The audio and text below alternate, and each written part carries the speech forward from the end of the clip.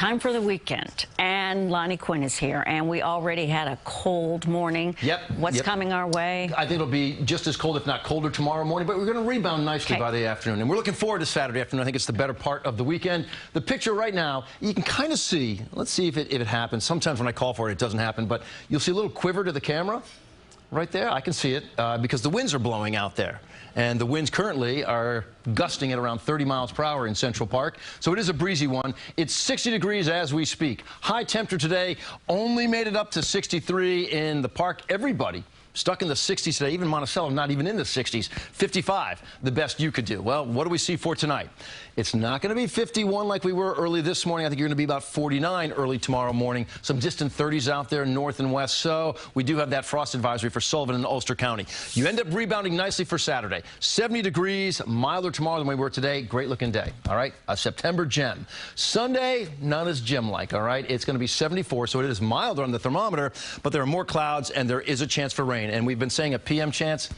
You know what? There could even be a couple of little sprinkles out there to start your morning. Here's 7 a.m. So the farther east you go, you'll find maybe the clouds are not as dominant, right? But a little sprinkle chance in the morning hours. That's 7 a.m. Now, as you go through the morning, you have the clouds, maybe a couple of breaks in the clouds here or there. You don't see the rain during the morning hours. Rain starts to push into our western suburbs sometime before 3, maybe even a couple of raindrops in New York City around 3 p.m. Wherever you see the little flash of orange, some bouts of heavy rain, sort of isolated, but it's there. That's 3 p.m.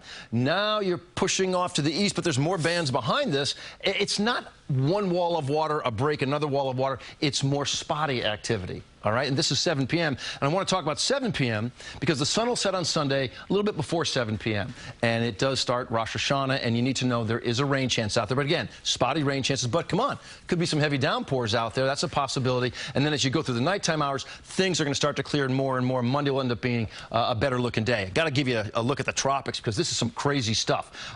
Fiona right here is Gaston. This is now Hermine that has formed just off the African coast. We have this area that has a chance to develop. We'll watch that one as well. This is one we're watching. But let me give you the latest on Fiona, because Fiona right now is a Category 3 due east of our area. It's pushing to the north, making a landfall either in, Nova Scotia, Newfoundland. It's going to really get weaker tomorrow as you go through the day. Probably starting off the day with 120 mile per hour winds, ending the day with 80 mile per hour winds, and then you're looking at maybe 60 mile per hour winds as it continues to push towards, you ready for this?